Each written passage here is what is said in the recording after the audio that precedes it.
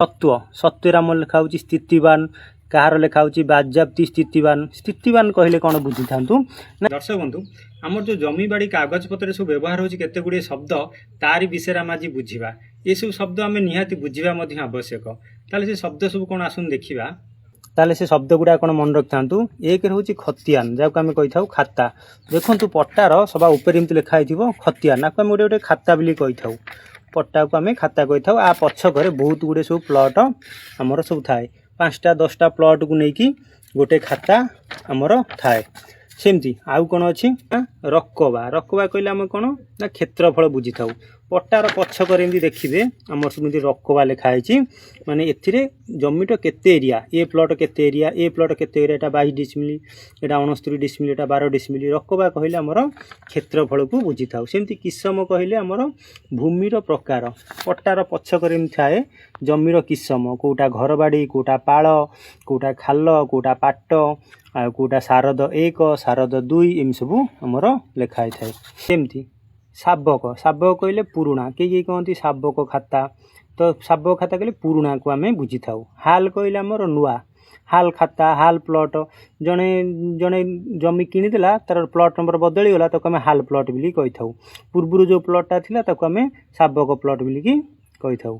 सेमती खजना खजना कहले कौन वार्षिक राजस्व आय पट्टारे देखिए आमर एमती लिखाई फ्रंट साइड रे खजना केते 24 टंका खजना सेमती प्रत्येक पट्टारे आमर एम सब लिखाई से आमर केते राजस्व आय होची वार्षिक।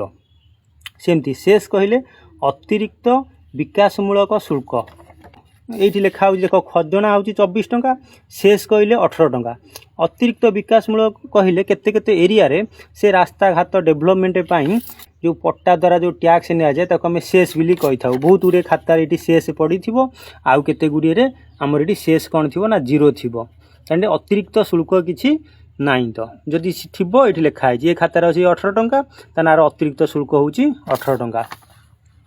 स्थितिवान स्थितिवान देखो एमती लिखा हो सत्व सत्वर आम लिखा हो स्थितिवान कहार लिखा हो बाज्याप्ति स्थितिवान स्थितिवान कहले कौन बुझी था ना जी जमीर वैध अधिकारी यदि जमीर मालिक जी वैध अधिकारी ठीक भाव में तार मालिकाना पाई ताले सेठी लिखाई कौन स्थितिवान।